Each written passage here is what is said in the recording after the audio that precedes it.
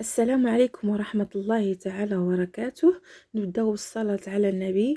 اللهم صل وسلم وبارك على سيدنا محمد. اللهم صل وسلم وبارك على سيدنا محمد.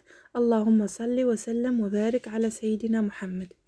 اليوم غادي نحضر معكم واحد الوصفة اللي هي تقليدية ومجربة وناجحة جدا، وصفة صحية وممتازة جدا للصغار وللكبار. بالنسبة للمكونات كنحتاجو الشريحة او حنا في الشمال كنقولوا لها الكرموس او التين، والثوم تكون حمراء، الزعتر او ما يسمى الزعتر والحلبة. اول حاجة كنقوموا بالغسل ديال الشريحة، كنغسلوها بالماء بارد ونغسلوها نفركوها مزيان من الغبر، وديك الساعه كنشفوها بواحد النشافه بواحد السربيطه هيدا ولا شي حاجه من كلشي كتطلق الزبر. كنشفوها مزيان من الماء، وديك الساعه كنفتحوها ملي كنقشروا الثوم حمراء، خصها تكون الثوم حمراء، نتاكد بلي ان خصها تكون الثوم حمراء. كنقشروها كنغسلوها، وديك الساعه كنشبرو كنحشيو الثوم، كنعملوها كنفتحو الكرموس كيف ما شفتوا. كنفتح الشريحه وكنحط في الوسط ديالها واحد سنه د الثوم في الوسط ديالها وكنشد عليها.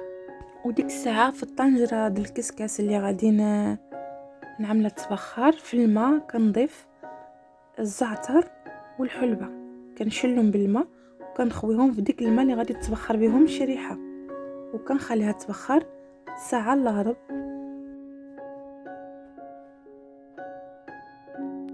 من بعد ما كنطفيلها كنحتفظ بها في واحد الاناء دزاج يكون معقم، وكنضيف عليها الزعتر، وديك الساعه كنزلها فشي موطع ما يكونش فيه الضوء، يكون موطع مظلم على حسب زيت الزيتون معروف دائما خصو يكون في شي موطع ما يكدرش فيه الضوء.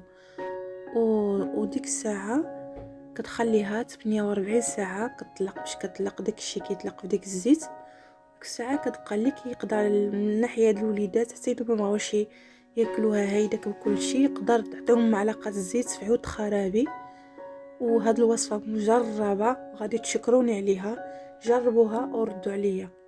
غنيه عن التعريف لانها مذكوره في القران الكريم، التين والزيتون، يعني هادشي هو راه دواء، والناس قبل كانوا كيتعالجوا غير بهادشي هذا.